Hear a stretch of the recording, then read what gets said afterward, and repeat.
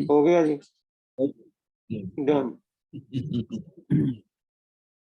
कभी महाराज हमारा चल रहा था कि उसमें अंतरंग कारण और बहिरंग कारण।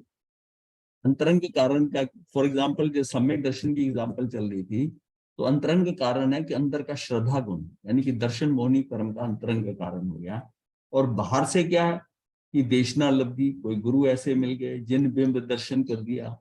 तो ये सारा जो बाहर से है, या नर की तीव्र वेदना ये भी था कि अंतर्मुख होकर सम्यक दर्शन प्राप्त करता है, या महान ऐश्वर्य की प्राप्ति हो जाए, महान ऐश्वर्य की प्राप्ति हो जाए, तब भी उस जीव की क्या है कि उसको एकाग्रता लानी है उस समय को, कुछ ऐसी चीज जिसके अंदर वो मतलब गहराई में चला जाए, यानी कि जिसको हम कहते हैं अनुप्रेक्षा में, अनुप्रेक्षा में चला गया तब भी उसको सम्यक दर्शन हो सकता है।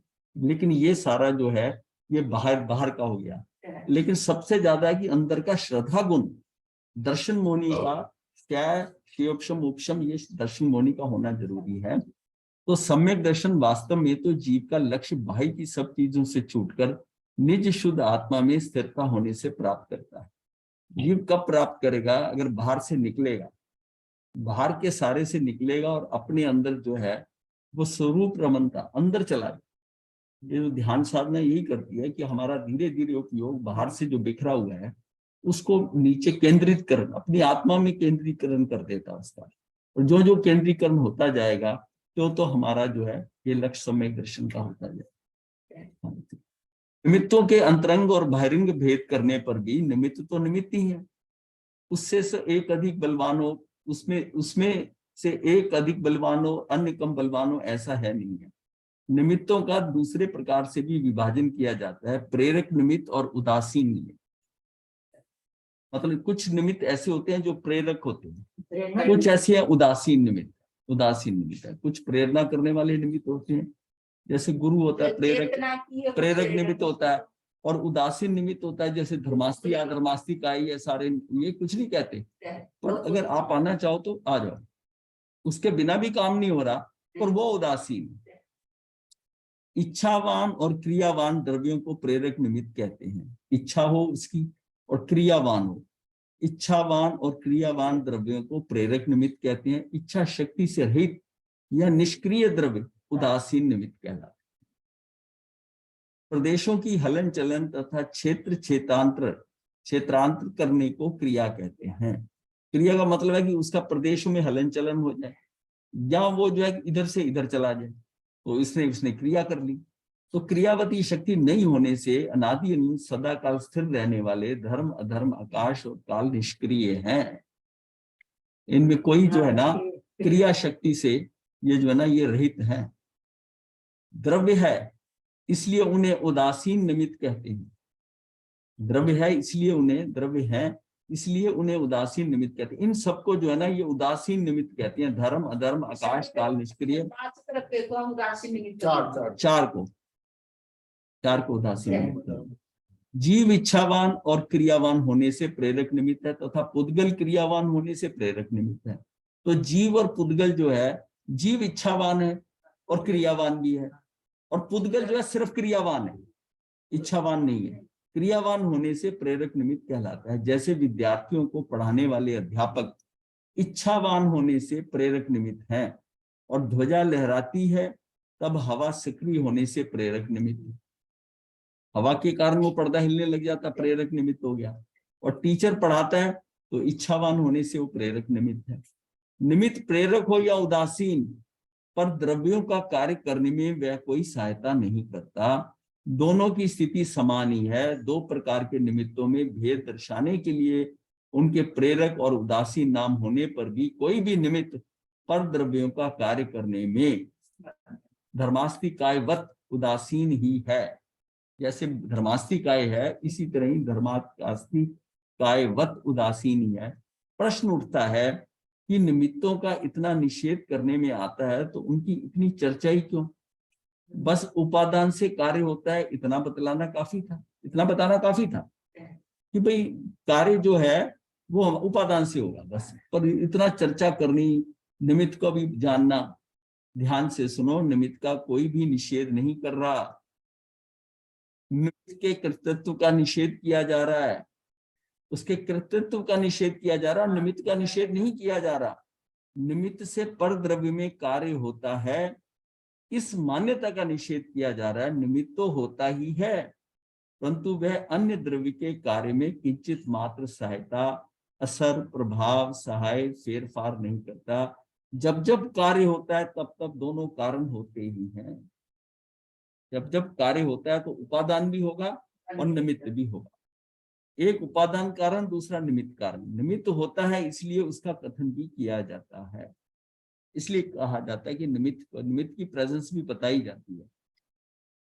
कार्य तो हमारी समझ में आता है क्योंकि वह व्यक्त है, परंतु उपादान शक्ति अव्यक्त है, वह ख्याल में नहीं आती। निमित्त की उपस्थिति तो ध्यान में आती है, इसलिए निमित्त ने ही कार्य किया, इस तरह का भ्रम उत्पन्न होता है।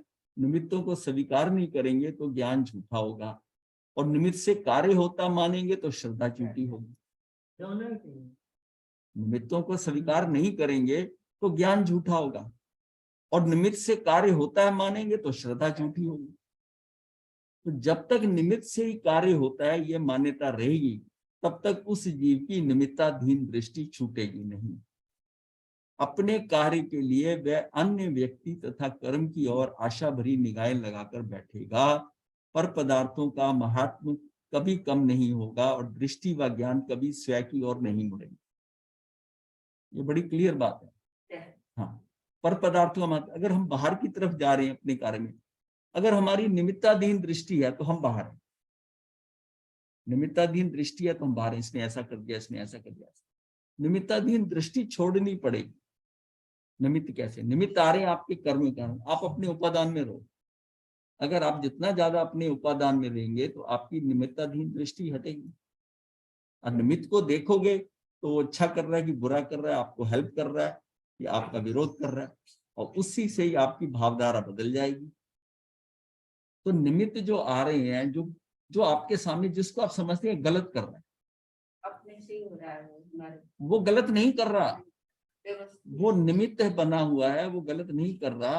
वो आपके जैसे कर्म हैं उनके अनुसार वो निमित्त बन के आ रहा है, निमित्त बन के आ रहा है। भाई ये बात अपने अंदर अगर समझ में आ जाए तो मुझे रिएक्टिव नहीं होना, तभी रिएक्शन निकलेगा, तभी हमारे अंदर से रिएक्शन निकलेगा कि जो कुछ बाहर आपको लगता है कि ये थोड़ा डिफरेंट हो रहा है, या ये मेरे साथ गलत हो रहा है, या ये व्यक्ति कैसा है, अगर हम उसके एग्जामिनर बन गए, उसको इवेल्युएट करने लगे, इवेल्युएटर बन गए, तो हम फंसे। अब जैसे इवेल्युएशन करोगे, उसको इवेल्युएट करोगे, तो नेचुरली वो भाव आएगा। कुछ एक्शन का रिएक्शन होता है, करना नहीं चाहिए, आप सिर्फ यथार्थ है आपके वचन, मगर अपन लोग पता नहीं जितनी मर्जी हो, कमी तो अपने में ही है। मैं ना कई बार कहती हूँ कि मुझमें स्वाभिमान है, बल्कि वो स्वाभिमान नहीं होता, वो अभिमान ही होता है। क्योंकि स्वाभिमान अभिमान में बहुत थिन लाइन है, बहुत लाइन, उसमें आप स्वाभिमान करते करते कब अभिमान में आ जाओ आपको नहीं पता चलेगा। हाँ, मतलब प्रतिछाया कह सकते हैं, मतलब होता है ना दुनिया के व्यवहार में, हम लोग समाज में। स्वाभिमान अभिमान तभी तक है जब तक आप हमारे बाहर के निमित्तों की तरफ देख रहे हैं। अब आपके साथ किसी ने बोला गलत, आपके जो क्रिया है, किसी क्रिया को उसने समझा नहीं पूरी तरह और उसने रिएक्शन करा, कुछ ऐसा करा, आपने उस पर रिएक्शन कर दिया, तो झमेला हो गया ना, संघर्ष हो गया। संघर्ष हो गया तो वो बात कहीं और गई, वो बीच में इन्वॉल्व हो गया, फिर उसकी कंप्लेंट किसी और ने करी। हमारी एक त्रुटि से चेन कितनी बन गई और कितने लोगों का समय हमने खराब कर दिया। अगर फ्रॉम द वेरी बिगिनिंग अगर हम ये सोच लेते कि ये जो रिएक्शन कर रहा है, ये निमित्त जो आ रहा है, ये मुझे इस समय दुखी करने के लिए कर्म का ऐसे उदय हुआ है, और ये ऐसा कार्य कर रहा है, ऐसा बोल रहा है, ऐसा मेरे बारे में प्रतिक्रिया कर रहा है, लेट इट बी, उसको छोड़ दो। यहां तक हमने पहुंचना है, अवस्था तो यहाँ तक हमने पहुंचना है कि हमने मतलब उसको निमित्त समझो पहले, फिर निमित्ताधीन दृष्टि हटाओ। निमित्ताधीन दृष्टि हटेगी तो अंदर अंतर्दृष्टि होगी, निमित्तों के ऊपर दृष्टि रहेगी तो आप इन्वॉल्व रहेंगे। और हम क्या है, हम निमित्तों को ही देख रहे हैं, बाहर जितने, क्यों कहा है कि आंखें बंद रखो, अपनी अपने पैरों को अंदर ही बचा के रखो, है? इसका मतलब है कि हम निमित्ताधीन दृष्टि पे क्यों जा रहे हैं? जब बाहर जाएंगे नहीं, हम बाहर तो हो भी ना, और जो कुछ हो रहा है बाहर, उसको just ignore it, just ignore it. आप इग्नोर करते हो तो आपका भला और दूसरों का भी भला, क्योंकि जो होना है होना, नहीं तो नवीन कर्म का बंद है। तो फिर इसलिए इस कर्मों के श्रृंखला से कैसे निकल पाएंगे? अगर नई स्थिति बन, नए अनुभाव के आपके कर्म बनते रहे, तो ये स्थितियां तो अनादिकाल से चलती आ रही है। आपको कहीं तो स्टॉप करना पड़ेगा ना, कि ये मेरे पूर्व में किए का रिजल्ट आ रहा है, अब मुझे इसके आगे नया नहीं मालूम। इसका मतलब है मैं रिएक्शन नहीं करूँ, उसको स्वीकार करें। ठीक है, मतलब वो निमित्त है। आप कई कंप्लेंट करते हैं, इसने ऐसा बोल दिया, इसने ऐसा बोल दिया, इसने हमारे साथ ऐसा करा। ये रिएक्शंस हैं, ये रिएक्शंस हैं, और ये रिएक्शन कहाँ तक चले जाते हैं? एक स्टेज, दूसरी स्टेज, तीसरी स्टेज तक रिएक्शन चले जाते हैं। और ये जैसे हम रिएक्शन करते हैं, हम अपना वर्तमान खराब करते हैं, दूसरे का वर्तमान खराब करते हैं, और फिर वो जब आके उसके बाद लौट के बात आती है, फिर आपको इन्वॉल्व करती है, वहां से वो लौट के आती है, बात लौट के आती है, वो घूमती घुमाती कहीं पर से होकर आएगी आपके पास। तब आप और दुखी होंगे कि मैंने ऐसा तो नहीं कहा था, क्योंकि अब लोगों के वर्षन मिलकर आएगा आपके पास, वापस आएगा, और स्थिति कुछ की कुछ होगी, दो और जुड़ जाएंगी, फिर आप बिलबिलाओगे। शांत रहने पर, उस बात को छोड़ने पर फिर मजबूर कर, कमी तो अपनी है। जैसे अपन निमित्त कोई आपसे बार-बार करे, वो कर दे, इग्नोर करो उस चीज को, फिर कहीं ना कहीं से कुछ ना कुछ उसकी प्रतिक्रिया होती है। फिर हम लोगों मुझे अपनी बात को, फिर मान लो उस समय मुझे कैसे अभी स्थिरता बन कि निमित्त है, ये तो निमित्त है, ये यही बनानी है अपने कार्य क्या है, और यही है। नहीं तो इसीलिए ना हमसे इतना अच्छा कर पा रही है। जैसे कि हम जो मेरे अंदर में जो आजकल दृष्टि बनी है, तो स्वाध्याय और मेडिटेशन दोनों का बड़ा रोल है। आप श्री जी सुबह इतनी चोट करते हैं, तो मगर फिर भी वो बराबर, वो इसलिए समय लगता है, इसलिए कि दृष्टि अंदर गई नहीं है, अभी बुद्धि के स्तर पर है। आचरण में जो है ना, वो इतनी जल्दी नहीं आती। आचरण जो है वो क्रमशः होता है। जानकारी जो है, ज्ञान और दर्शन जो है, ये स्पॉन्टेनियस है, साइमल्टेनियस है, युगपत है। ऐसे ही दर्शन हुआ, ऐसे ही ज्ञान हो गया। पर चरित्र जो है वो क्रमशः आता है। आप जब जानते हैं, जानते वो आपके अंदर धीरे धीरे धीरे धीरे एक एक चोट करके पड़ता रहेगा, और उसके बाद वो स्थिर होगा। ये नहीं है कि आपने जाना और आपका आचरण बदल गया, ऐसा नहीं है। बड़े बड़े ज्ञानियों का आचरण सही नहीं होता।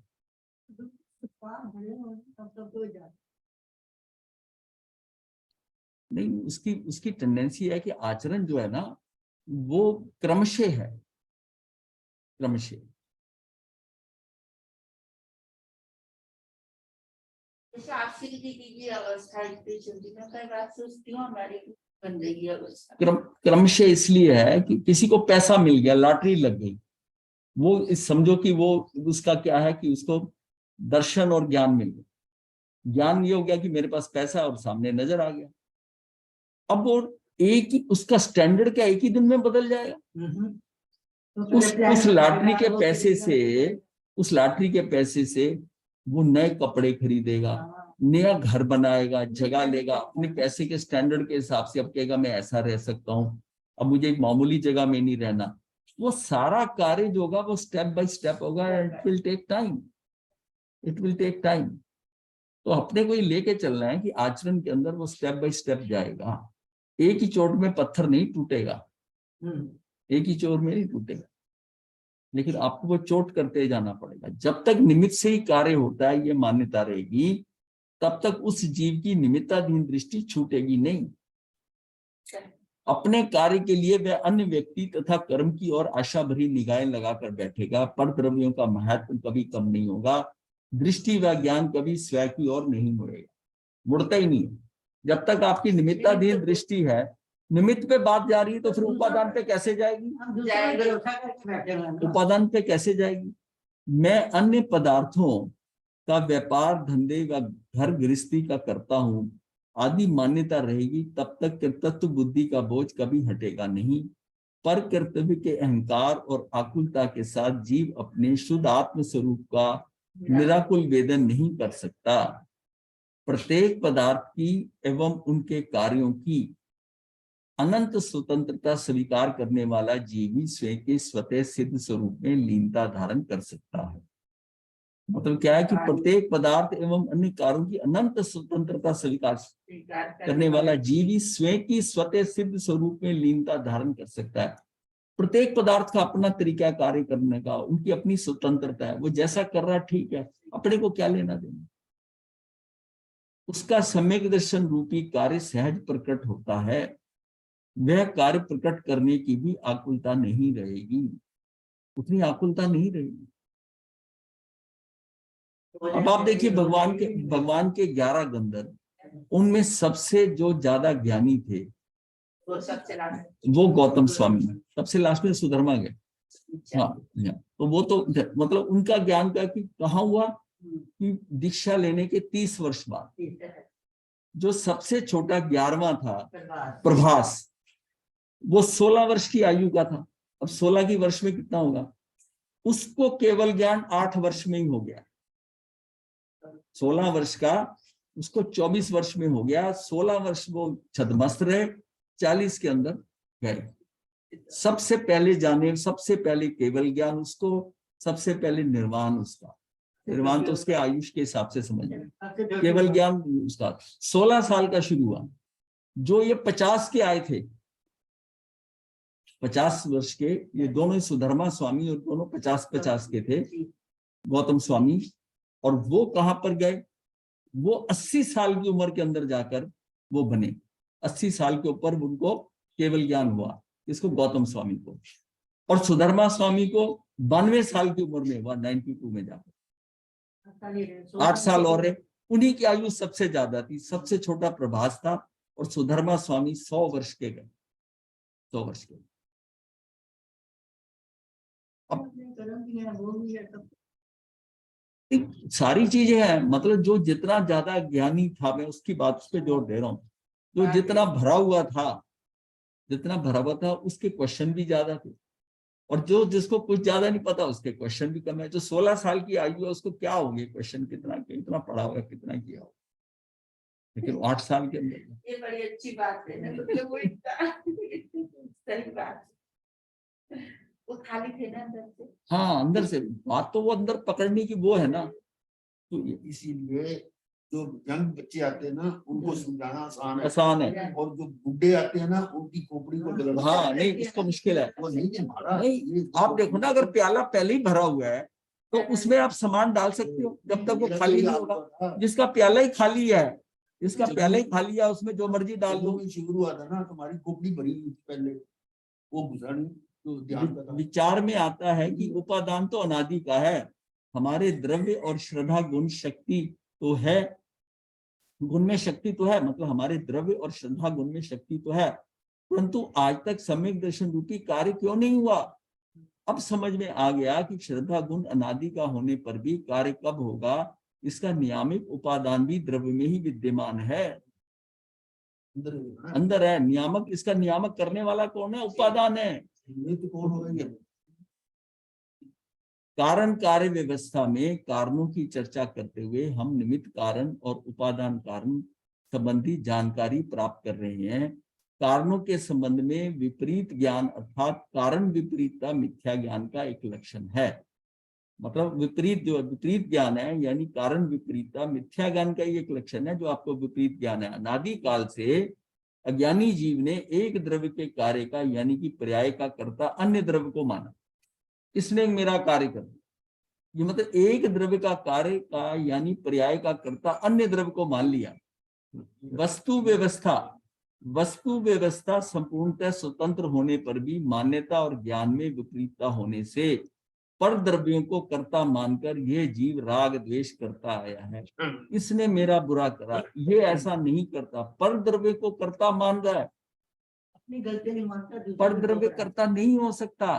पर द्रव्य है, वो निमित्त बन सकता है, उसके साथ हमारा निमित्त नैमित्तिक संबंध हो सकता है, लेकिन जो परिवर्तन जो होना है वो कर्ता कर्म के अनुसार होना है, कर्ता कर्म से।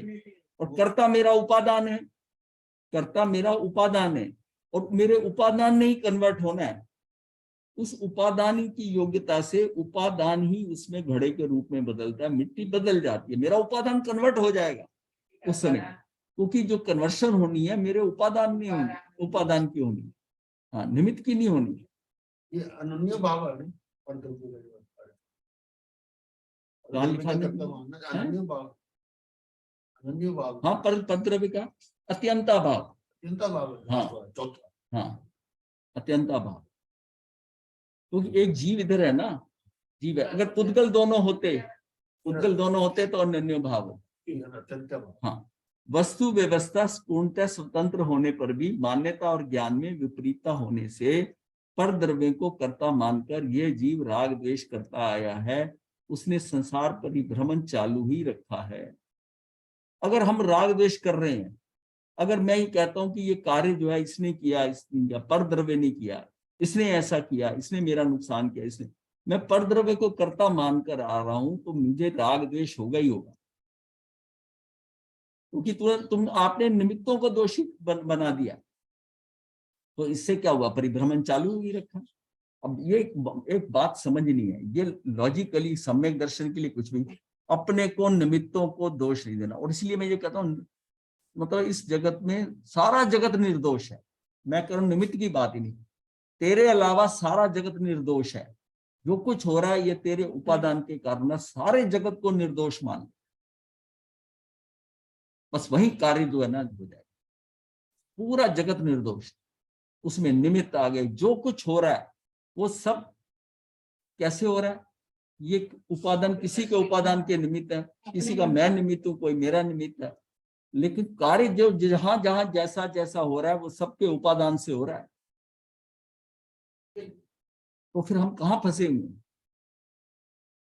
कहाँ फंसेंगे?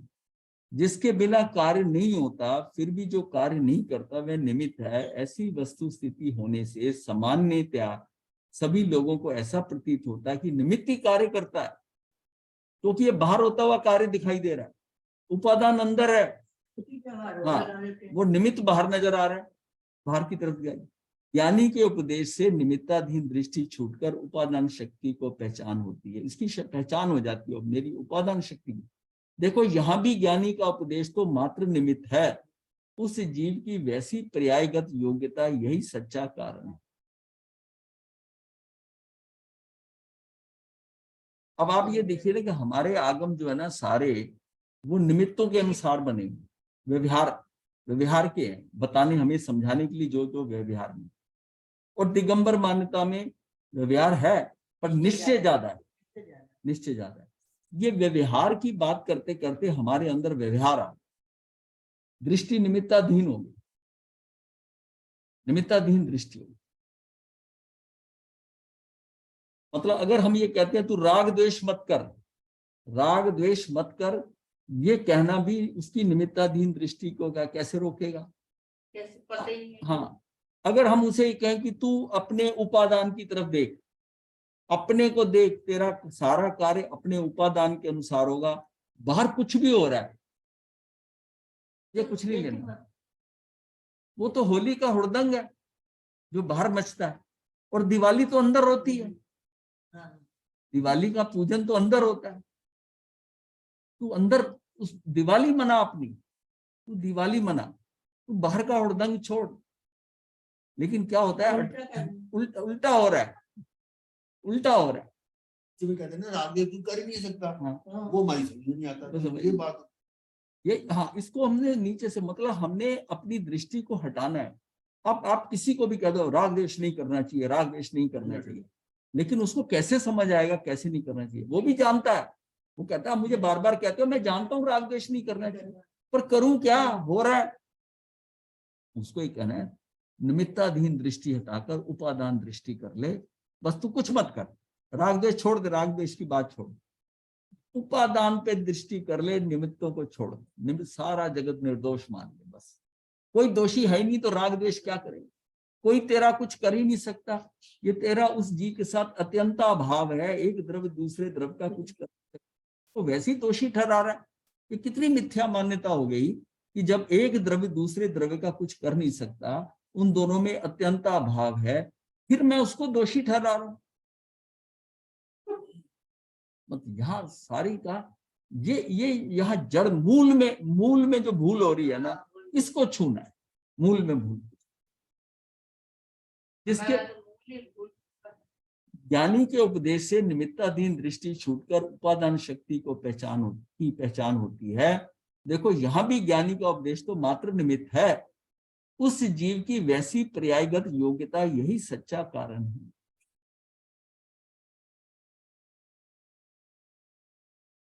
सामान्य मानव निमित्ताधीन। हाँ जी, हमारे साथ एक प्रश्न था, अगर जैसे निमित्ताधीन दृष्टि है ना, तो अगर हमसे किसी का बुरा हो जाता है, हमसे किसी का बुरा हो जाता है, तो हम प्राय यही होता है कि हम अपने मन में पश्चाताप करते हैं या उससे क्षमा मांगने की कोशिश करते हैं। तो अगर जैसे ये निमित्ताधीन दृष्टि हो तो फिर ये होगा कि ये हम उसके निमित्त बने उसका बुरा करने के, तो ये वो गलत नहीं हो जाएगा? दोषी नहीं है वो, हाँ दोषी। देखो ऐसा तो है कि किसी को मार दिया और उसे कहते मैं तो निमित्त हूँ, निमित्त निर्दोष होता है, ये नहीं, ऐसे थोड़ी होता है। ये इस एंगल से नहीं लेना, दूसरे की तरफ से, अपनी एंगल से लो, अपनी तरफ से लो।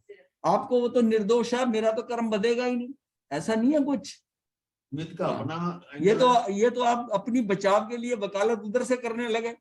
हाँ जी, वही मुझे लग रहा है कि ये तो फिर अपना बचाव भी एक हिसाब से हो गया कि हाँ भाई बुरा करके और आपने फिर अपने एंगल से देखना है, आपने अपने को देखना है, दूसरे को आपने अपने को बचाना है। आपने दूसरे के लिए, भाई मैंने, मेरे से हो गया, मैं तो निमित्त मात्र हूं। अगर मेरे से इसको चोट लग गई, मेरे से कुछ बुरा कहा गया, मैं तो निमित्त मात्र हूं, फिर तो आप और फंस गए। कुछ भी हो जाए। हाँ ठीक है, आपको अपनी भावना देखनी पड़ेगी कि आपकी भावना क्या है। आपको निमित्तों से दृष्टि हटानी है, पर आपकी दृष्टि तो निमित्त पे ही है। आपने दृष्टि अपनी उपादान पे थोड़ी डाली है, आप अपने उपादान पे डालिए ना अपनी। मेरी योग्यता क्या है, मैं कहाँ हूं, और जो कुछ ये हो रहा है बाहर, जो हो रहा है वो मेरे कारण हो रहा है, अपने लिए देखिए। ठीक है, ठीक है। अब ऐसे भी लोग कहते हैं आयुष का एक पल घटाया बढ़ाया नहीं जाता। अगर मैंने इसको मारा तो इसने मरना ही था, इसका आयुष आया था, और मेरे द्वारा मरना था, मेरे से मर गया, मैं तो निमित्त हूँ। ये थोड़ी, ये फिलॉसफी पे थोड़ी चलेंगे। तो सब कुछ ही गड़बड़ा हाँ। गया। तो गीता का बड़े हुए हैं। सामान्य मानस निमित्ताधीन होता है, निमित्तानुसार वृत्तियां उभरती हैं। वीतरागी अकशाई आत्मा की समता भयंकर उपसर्गों परिशों में भी अखंडित रहती है। कषाय संस्कार ग्रस्त व्यक्ति में सामान्य निमित्तों छोटी छोटी बातों में उत्पत्ति हो जाती है। बस वही बात जो हम कर रहे हैं कि हमारी क्या है कि शायद संस्कारग्रस्त व्यक्ति में समान, किसी ने कुछ कह दिया, किसी ने क्या, हम कितना डिस्टर्ब हो जाते, कितना किसी ने कुछ कह दिया, इसका मतलब मेरे कर्म उदय में आए, वो कर्म को मतलब जो अनुभाव के अंदर मुझे दुखी करना है वो दुखी कर रहे हैं। तो मैं और दुखी हो रहा हूँ, और दुखी होकर आर्त ध्यान कर रहा हूँ या राग द्वेष कर रहा हूँ, मैं नवीन कर्म बांध। इसलिए जो ध्यान साधना है ना, ध्यान साधना में जो आप अंदर चले जाते हो, मैं कहता हूँ आपका ध्यान नहीं भी लगता। कुछ लोग आके कहते हैं कि मेरा ध्यान नहीं है, मुझे कुछ नहीं लगता। मैं कहता हूँ फिर भी आप अंदर हो। अगर हाँ, आपका तो यह मन वचन काया, और मन भी आपका कहीं इधर उधर नहीं जा रहा, तो आप ही है। और मान लिया आपने सिर्फ श्वासोश्वास देखा, तो मन में एकाग्रता तो आ गई, ध्यान नहीं लगा। ये एक स्टेप पहले है। इसलिए अगर श्वासोश्वास पे आप चल रहे हैं तो आप वर्तमान में तो हैं, वर्तमान में हैं। ये करते करते ध्यान लगेगा। ये जैसे ना लेट जाओ आप, बत्ती बंद कर दो, चादर अच्छी साफ सुथरी बिछी हो, कंफर्टेबल हो जाओ, मुझे नींद नहीं आ रही, नींद नहीं आ रही, थोड़ी देर बाद आ गई। आप उसको करते करते सहज होते होते होते आपको लगेगा कि लग गया ध्यान, क्योंकि ध्यान बता के थोड़ी आएगा, आपकी मर्जी से थोड़ी आएगा। ध्यान लगाना नहीं पड़ता, ध्यान लगता है, लगता है। लगता है। तो आपको वो भूमिका में तो जाना है ना। तो ये जो सहज दिया है आपको, अंदर रहना, आंखें बंद करके इंद्रियों का गोपन करना, इंद्रियों को अंतर्मुखी करना, ये सबको आ जाएगा ना। कम से कम दिन के अंदर इंद्रियां कितनी अंतर्मुखी करी आपने, सब कुछ बंद कर दिया, आंखें बंद, सुनना बंद, सब कुछ बंद कर दिया, तो आप अंतर्मुखी हो गए। तो अंतर्मुखी होना भी जरूरी है। बाहर से निमित्ताधीन दृष्टि तभी हटेगी, धीरे धीरे हम अंतर्मुखी बढ़ते जाएंगे, बढ़ते जाएंगे, फिर यहां तक हो जाएगा कि खुली आंख से भी अंतर्मुखी, खुली असर ही आंख से कोई भी नहीं। अंतर्मुखी है। अंदर अंदर अंदर का जो ध्यान, आंखें खुली है, बात सुन रहा है, और अंदर सुन, दूसरा सुना रहा है, उस पर इतना ध्यान नहीं है, वो अंदर चल रहा है, मैं शुद्ध आत्मा, मैं शुद्ध आत्मा, मैं महात्मा, मैं शुद्ध आत्मा में आत्मा, वो अपने अंदर चल रहा है उसका, वो आपको देख रहा है, आप सोच रही है, सुन रहा है, वो अपने अंदर चल रहा है। मतलब ये उसकी स्थिति आ जाएगी। कितने ही रोगियों को देखने से लगता है कि ये कुछ ही घंटों के मेहमान हैं, फिर भी महीनों या वर्षों तक जीवित रहते हैं। इससे विपरीत कोई हट्टा कट्टा नौजवान बिना किसी कारण क्षण भर में काल कवलित हो जाता है। उस समय हमारा लक्ष्य बाह्य अन्य निमित्तों की ओर जाता है, परंतु आयु, कर्म की स्थिति और शरीर की स्थिति पूरी होना, यही सच्चा निमित्त है, और जीव की अपनी योग्यता उपादान है। निमित्त से कोई भी कार्य नहीं होता, ये त्रिकाल सत्य है। ज्ञान मात्र उन निमित्तों को जानता है, अज्ञानी की दोहरी भूल होती है। सच्चा निमित्त कौन है, उसका भी उसे ज्ञान नहीं, इसलिए उसका ज्ञान मिथ्या है, और निमित्त ने कार्य किया, ये उसकी श्रद्धा भी मिथ्या है। दोनों तरफ से मार खाता, उसका ज्ञान भी मिथ्या होता है, और उसका जो निमित्त ने कार्य किया, ये उसकी श्रद्धा भी मिथ्या।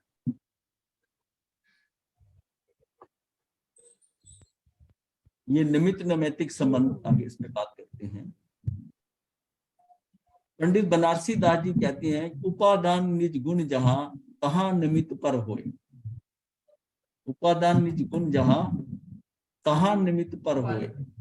उसमें पर कहा है, पर द्रव्य नहीं कहा, पर द्रव्य नहीं कहा। सूक्ष्मता से देखने पर दो प्रकार के होते हैं, पर द्रव्य की पर्याय, स्व द्रव्य के अन्य गुण की पर्याय। एक है पर द्रव्य की पर्याय, एक है स्व द्रव्य के अन्य गुण की पर्याय।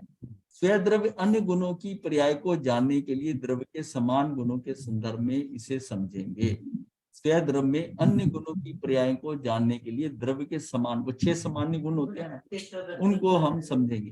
प्रत्येक द्रव्य में अनंत गुण है, प्रत्येक गुण अपना अपना कार्य करता है, उसमें उस द्रव्य का वस्तुत्व गुण निमित्त है। वास्तव में तो वस्तुत्व गुण का परिणमन निमित्त है। वस्तुत्व गुण निमित्त है, वास्तव में तो क्या, वस्तुत्व गुण जो हमारा है, उसका जो परिणमन हो रहा है, वो निमित्त है, वो निमित्त है, परिणमन निमित्त है। प्रत्येक गुण का कार्य निरंतर चलता रहता है, उसमें द्रव्यत्व गुण निमित्त है। अब ये इसमें शॉर्ट में एक्सप्लेन किया जा रहा है कि ये जो गुण है हमारे सामान्य गुण है, वस्तुत्व गुण है। वस्तुत्व गुण से क्या है कि उसका परिणमन उसका निमित्त है। वस्तुत्व गुण क्या करता है कि वो क्रियाकारित्व, तो जिसकी जो क्रिया है, अर्थ क्रियाकारित्व जो है वो करता रहेगा, जो उसका वस्तुत्व गुण है, वो वस्तुत्व है, और निरंतर करता रहेगा, ये द्रव्यत्व गुण है। ये द्रवित हो रहा है, मतलब बह रहा है, प्रभावशील है, वो हो रहा है, द्रवित हो रहा है। प्रत्येक द्रव्य उसके सभी गुणों की सत्ता अनादि अनंत कायम रहती है, इसमें उस द्रव्य का अस्तित्व गुण निमित्त है। ये निमित्त है सारे, तो रहेगा नहीं, अब वो कायम रहता है, सत्ता रहती है, तो द्रव्य में अस्तित्व गुण निमित्त है। ये गुण के निमित्त बताए जा रहे हैं। वस्तुत्व गुण निमित्त है, फिर द्रव्यत्व गुण निमित्त है कि लगातार कार्य हो रहा है, अस्तित्व गुण निमित्त है। एक द्रव्य दूसरे द्रव्य का कर्ता नहीं है, ये तो स्थूल कथन है। एक द्रव्य का एक गुण भी दूसरे गुण का कार्य नहीं करता। इतनी नहीं, प्रत्येक पर्याय भी स्व स्वामी में स्व की योग्यता से उत्पन्न होती है। एक द्रव्य दूसरे द्रव्य का कर्ता नहीं है, जो अत्यंता अभाव है। ये तो स्थूल कथन है। एक द्रव्य का एक गुण भी दूसरे गुण का कार्य नहीं करता। मेरा वस्तुत्व गुण मेरे द्रव्यत्व गुण का कार्य नहीं करेगा और मेरा द्रव्य से अस्तित्व गुण का कार्य। 6 सामान्य गुण है, ये गुण अपना अपना कार्य करेंगे, ये भी एक दूसरे का कार्य नहीं करेंगे। तो बाहर वाले की क्या, जब मेरे अपने गुण ही एक दूसरे का कार्य नहीं करते तो मैं दूसरे द्रव्य का जाके कार्य कैसे कर दूंगा? ये बात समझ में आ रही है ना?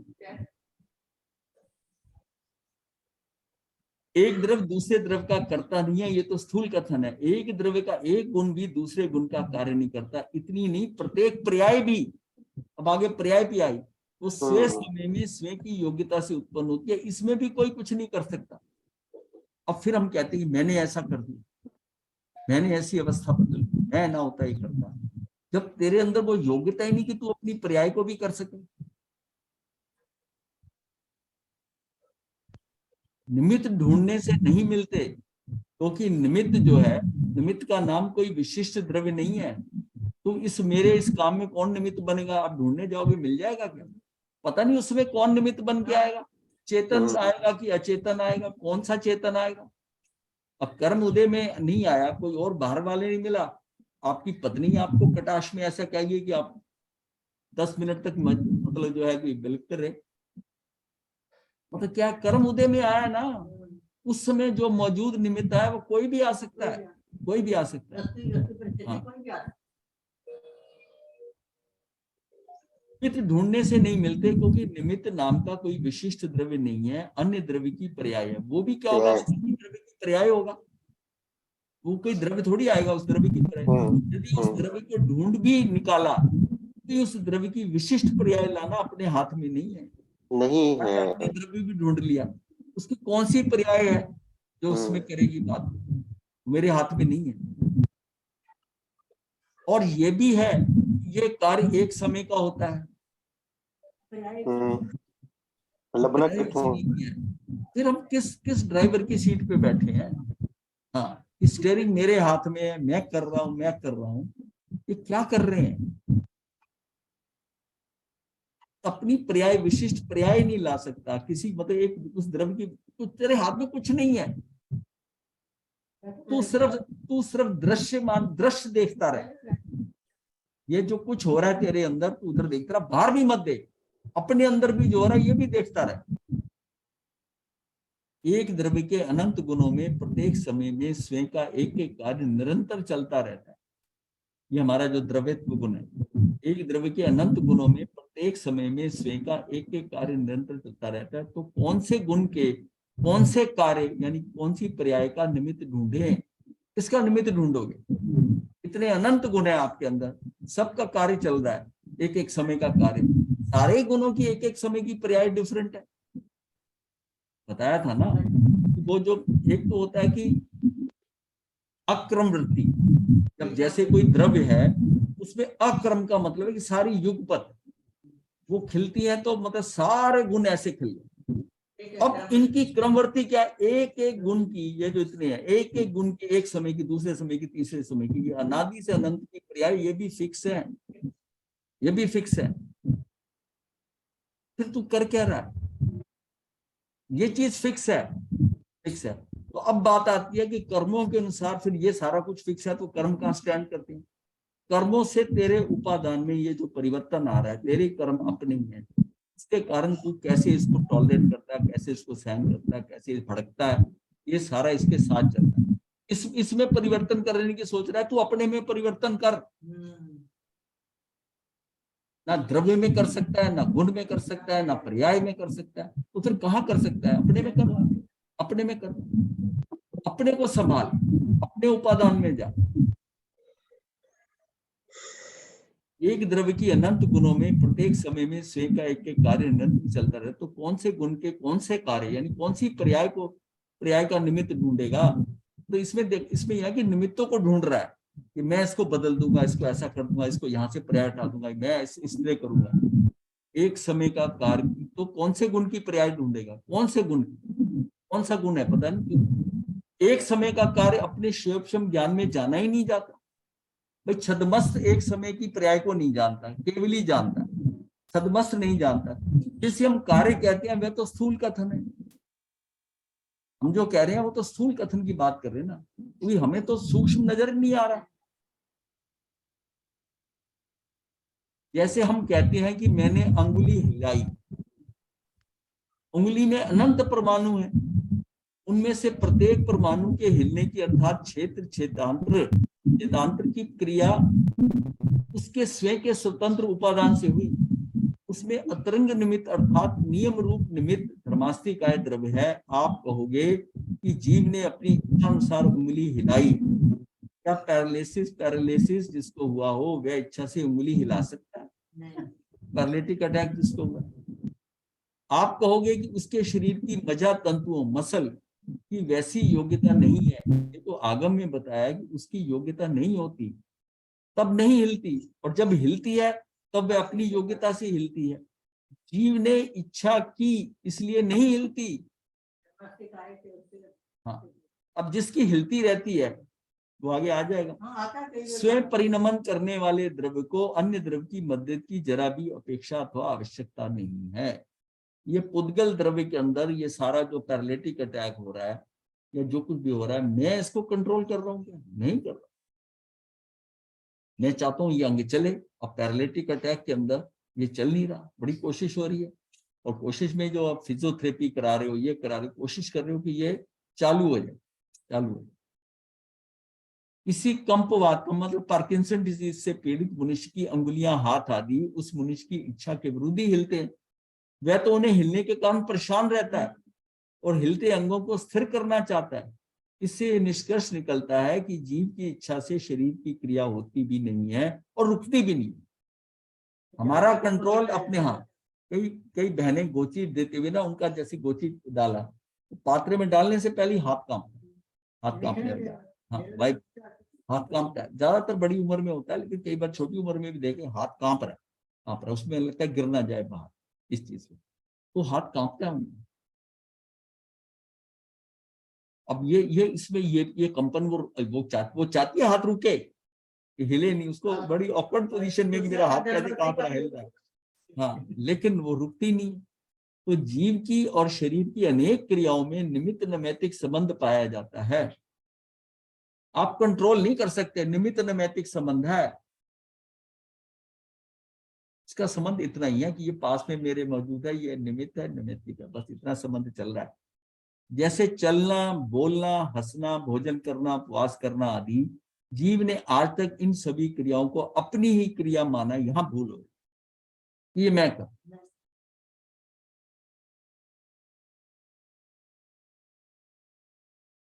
संबंध शब्द दो भिन्न बातों को जोड़ के सूचक है।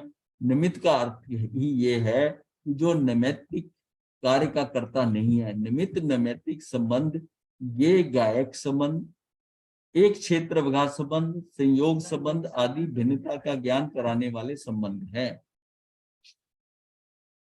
अब एक आता है तदात्म संबंध, जो एक बार मिल गया अलग नहीं होती, तदात्म। और संयोग का मतलब है कि जिससे संयोग होगा वो बिछड़ेगा। फिर एक क्षेत्र विघात संबंध मतलब एक ही स्थान पर सारे अलग अलग पड़े। हाँ, और गे गायक संबंध यही है कि जानकार और गे वहां पड़ा है, जानकर मैं यहाँ हूं, ये संबंध है। ये सारे क्या है? निमित्त नैमित्तिक संबंध। परंतु इससे विपरीत देखो ये संबंध तो है ना। अब ये क्या, परंतु इससे विपरीत देखो ये संबंध तो है ना, कहकर जीव ने अपनी पर से एकत्व बुद्धि और ममत्व बुद्धि पुष्ट कर ली।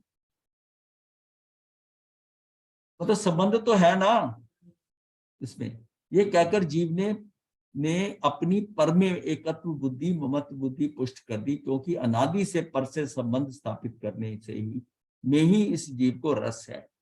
पर से संबंध बनाने का तो बहुत अच्छा, कोई मिल जाए, अकेला बाजार नहीं जाना, कोई साथ चले तो अच्छा है। मतलब हम पर से कितना जुड़े हुए हैं।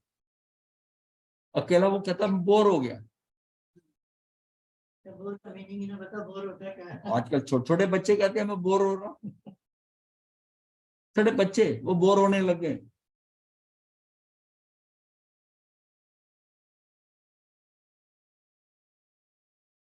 जिस तरह एक गुण की पर्याय में उसके स्वयं द्रव्य के अन्य गुण सहज ही निमित्त बनते हैं, उसी प्रकार एक द्रव्य के कार्य में भी अन्य द्रव्य सहज ही निमित्त बनते हैं।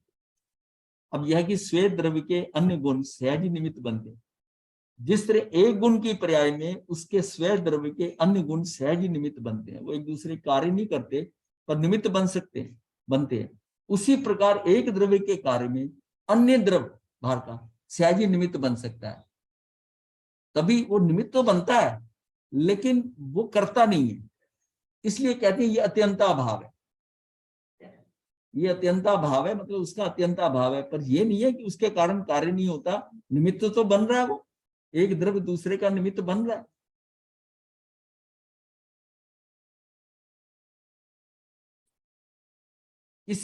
किसी को निमित्त बनाऊं है नहीं, किसी यह आएगा, ये तो नहीं, ये तो हो गया ना, अन्य द्रव्य सहज ही निमित्त बनते हैं। किसी को निमित्त बनाऊं ऐसी इच्छा करने से कोई निमित्त बन नहीं सकता, परंतु जब कार्य होता है तब उस कार्य में विशिष्ट द्रव्य निमित्त हुआ, ऐसा पाया जाता है। मरीचि ऋषभदेव भगवान के पौत्र और भरत चक्रवर्ती के पुत्र जो महावीर अंततः बने, मरीचि के भव के अनेक भवों के पश्चात 7वीं नरक से निकलकर सिंह पर्याय में आया, तो 2 चारण रिद्धिधारी, ये जंगाचारण होते हैं ना जो चारण रिद्धिधारी मुनियों के उपदेश से अंतर्मुख परिणामों द्वारा सम्यक दर्शन प्राप्त किया। उस जीव की सम्यक प्राप्ति की योग्यता तो थी, तो निमित्त आकाश से उतर कर आ गए, मतलब उसको होना है उपादान, हाँ, पर निमित्त कहां से आया? आकाश, जंगाचारण आए, क्योंकि उसको उस समय सम्यक दर्शन होना है। उसकी उस काल की परिपक्वता से उसको कि चाहे वो सिंह है, उसको सम्यक दर्शन होना है, तो निमित्त कहां से चलकर आया? आकाश से चलकर नीचे आकर उसको बोध दिया, क्योंकि उन्हें दिखा रही है जीव ये मांस खा रहा है, शिकार कर मांस खा रहा है, अरे ये तो चरम तीर्थंकर बनने वाला है। तो ये बात जब आई तो वो नीचे उतर कर आए और बोध दिया, और वो मनस्क होता है। देखिए कि शेर को भी समझ में आ गई बात।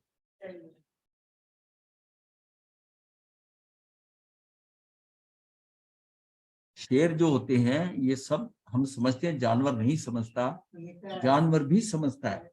अब वो जो कहानी है कि शेर के पंजे में से जिसने कांटा निकाला था, वो जब उसको कुछ सालों बाद उसको कोई सजा मिली और शेर को बुलाकर कि शेर के पिंजरे में इसको डाल दो, शेर उसको पहचान गया। एक बचपन में जो उन्होंने बच्चे हाँ, वो तो खैर वो तो अभी प्रैक्टिकल में, ये तो लोगों ने कहानी पढ़ी हुई है ना, तो उसने कहा दिया। और मैंने देखा कि कुछ बच्चे थे अमेरिका में, 2 लड़के थे भाई, उन्होंने एक शेर पाल लिया छोटा। वो धीरे धीरे शेर बड़ा हो गया और अब दहाड़ने लगा, शेर दहाड़ने लगा। तो आस पास के लोग के बच्चे डरने लगे, उन्होंने कंप्लेंट कर दी। तो वहां से वन विभाग के लोग आए, वो जंगली जानवर के, वो उसको गाड़ी में डाल के ले गए, कुछ नहीं कर पाए। पर ये बड़े हुए, पढ़ लिख गए, तब इन्होंने ना वो फाइलों से ढूंढा कि वो शेर गया कहाँ। शेर नहीं थी, वो गई कहाँ। वो ढूंढते ढूंढते उनको पता चल गया कि उसको यहाँ से कीनिया भेजा गया था। फिर कीनिया में जाकर उन्होंने सारा रिकॉर्ड लोगों के चेक करे, बड़ी मेहनत की, और अल्टीमेटली उनको पता चला कि वो इस जंगल में छोड़े गए। तब वो दोनों भाई उस जंगल में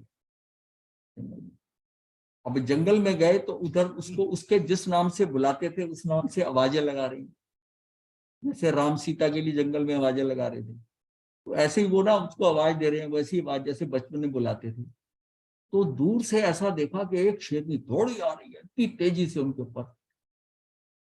जब वो मैंने पिक्चर देखी ना, ये मतलब फिल्म नहीं थी, ये उसका मतलब वीडियो डाला गया था, तो उसको देखा तो उससे अपने दोनों कंधे पे दोनों आगे के पैर रख दिए, यानी उसके दोनों हाथ रख के, और उसको चाटने लगी। फिर इधर उधर देखा तो दूसरा वाला फोटोग्राफी कर रहा था, फिर वो आ गया तो उसको लिपटने लगी। फिर वहां से चली गई और अपने शेर को लेके आई, अब वाली इतनी अंडरस्टैंडिंग है, इतनी अंडरस्टैंडिंग है। कितने साल गुजर गए, वो बच्चे थे, बड़े हो गए, कई बार पहचाने नहीं जाते। वो उन्होंने पहचाना, गंध से पहचाना, कैसे उनकी आवाज से पहचाना, और वो आकर इस तरह लिपटे है, वो देखा आदमी देख के हैरान हो जाता है। लिविंग फ्री है हमारे, ये 10-12 साल पहले की बात है। पिक्चर का नाम है लिविंग फ्री। देखा था आपने? हाँ, हमारी बहुत पुरानी पिक्चर है और बहुत गजब की पिक्चर है, हाँ। Living free.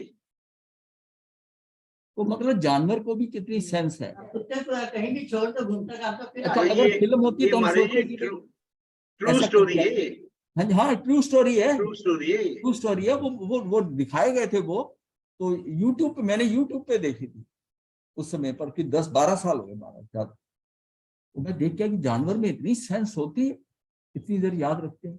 ये तो हमने पता है कि भाई वो संवत्सरण में जाते हैं, सुनते हैं, इसका मतलब उनको पता है समय सुनने। वहां वो दहाड़ते नहीं है किसी को, बकरी और शेर इकट्ठे बैठकर वहां पर सुनते हैं, ये हमारे आया हुआ है शास्त्र में। तो इसका मतलब ये हुआ कि इनको इनको देखिए सेंस है ना, सारी सेंस है। तो निमित्त आकाश से उतरकर आगे चारण मुनियों को उपदेश देने का भाव हुआ, या उनका कार्य उनके उपादान से हुआ। अब ये बात आई, चारण मुनियों को उपदेश देने का भाव हुआ या उनका कार्य उनके उपादान से हुआ, और सिंह के लिए वह निमित्त रूप बना। ये निमित्त नैमित्तिक संबंध इस तरह सहज ही होता है, वो उसके लिए निमित्त नैमित्तिक संबंध हुआ। नैमित्तिक क्या हुआ कि उसको सम्यक दर्शन प्राप्त हो गया, कन्वर्ट हो गया ना वो निमित्त। और निमित्त कौन बने? जंगाचारण बने। देश देने का भाव उसके अपने उपादान से होता हाँ, उसके मतलब वो चलते हुए आकाश से जा रहे हैं, वो सारा परिस्थिति में उसको नीचे शेर नजर आया, उनको फिर उपयोग लगा। ये सारा देखिए कैसे होता है, मतलब जब कार्य होना है, सम्यक दर्शन उसको उस समय होना था, निमित्त कहीं से भी चल के आएगा, चाहे आकाश से उड़ के आए, ये बताने की बात है। निमित्त नैमित्तिक संबंध इस तरह सहज ही होता है। धर्म कथानुयोग की अनेक कथाएं पढ़कर ये बात हमारे जानने में आती है, बहुत कथा में, कि उस समय वो वहां पहुंचा। ये निमित्त नैमित्तिक संबंध है। मतलब भगवान ने 13 अभिग्रह करे हैं, है। वो सारे कैसे निमित्त नैमित्तिक संबंध से, वो सारे जाकर कैसे स्थितियां वो बनी, और 5 महीने 25 दिन के अंदर सब कुछ हुआ। तो जो हमें लगता था डिफरेंट है, वो सारा हुआ ना। एक राजकुमारी दासी बनेगी, वो बनेगी, तो सोच सकते हो ये सब हुआ। ये उनके ख्याल से कैसा है, ये ख्याल की ये भी उनके कर्मों के कारण होना था ना, उनके साथ जैसा होना था वैसा ही आता है। अभिग्रह भी वैसे ही बनता है। वो जो विचार अंदर उमड़ते हैं, मैं ये अभिग्रह करूं, वो कहाँ कहाँ लिंक होता है। इसलिए हम कितना अपने आप को समझ रहे हैं, हम कितना, मतलब ये है ना, ये ऑटो मोड में कितना ज्यादा है। और ये हम जो जितना कार्य मैं कर रहा हूँ, ये कर रहा हूँ, मार धाड़ कर रहे हैं, ये फिजूल में कर रहे हैं। अब मतलब ये क्या है कि इसके कारण सहजता नहीं आ रही। सहज हो जाओ, सारा इतना सहज रूप से वो जो कुछ जैसा होना है वैसा हो जाएगा। और जहां तुम्हारा पुरुषार्थ, ये देखो बस कि मुझे कहाँ पुरुषार्थ करना है, तेरे हाथ में पुरुषार्थ है कि मुझे यहाँ ऐसा नहीं करना, ऐसा। वो तुम ज्ञानवत अपने ज्ञान से, अपने दर्शन से जो उचित समझे तो उतना कर, परिणाम के चक्कर में मत पड़, ना उसका विश्लेषण कर कि ये ऐसा हुआ। बस जो हो गया वो ठीक है, स्वीकार बा, तू जो कर सकता था तूने किया।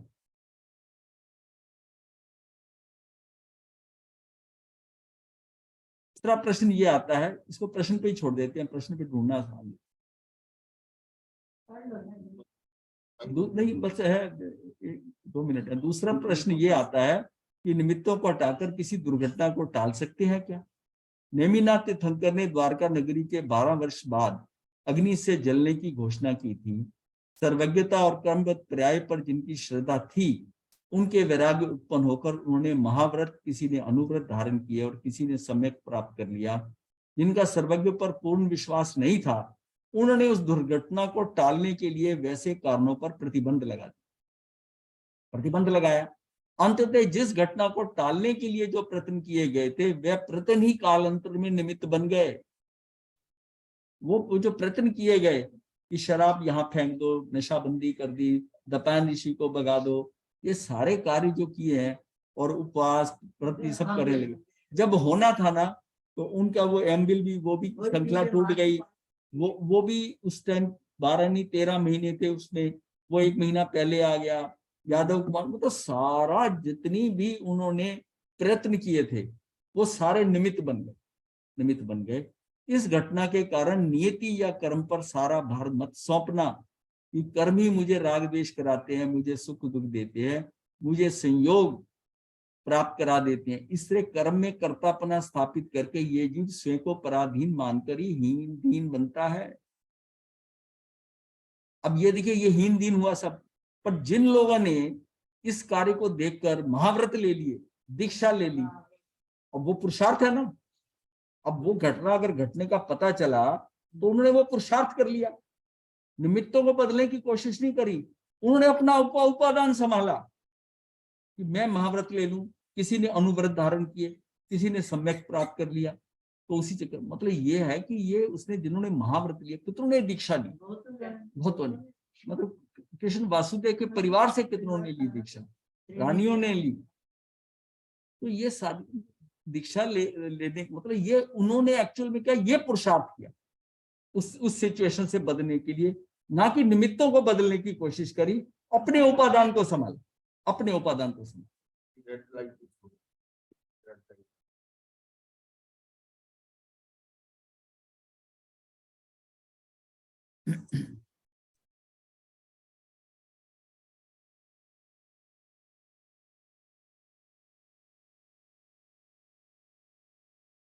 अपना अपना उपादान संभालो। मतलब आज बहुत क्लैरिटी हुई है इस बात की। तो अपना उपादान संभालो, व्यर्थ में बाहर, मतलब मैं बाहर दृष्टि करते, जब आप घर में खाली बैठे हो, कुछ कर नहीं रहे हो, आंखें बंद रखो, तो ये नजर आएगा, कोई प्रॉब्लम करेगी। ये कुछ आंखें देखेगी तो ये जहरी पैदा करेगी अंदर। कुछ मत देख, आंख तो तभी खोल जब कुछ देखना है, जब तेरा आवश्यक। नजर आंखें बंद करके पढ़ा ना, बंद कर। अब बोर नहीं होंगे, आप अपनी आत्मा में चले जाएं, खाली समय में सारी इंद्रियों का अंतर की तरफ अंतर्मुखी बन जाएं। जितना समय अंतर्मुखी बनने का बढ़ता जाएगा उतना कार्य हो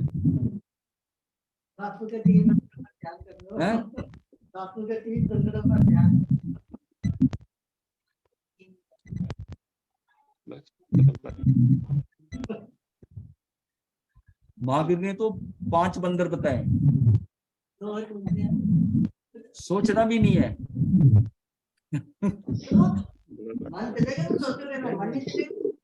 पुराण में देखो कितने हैं, 3 वंश है।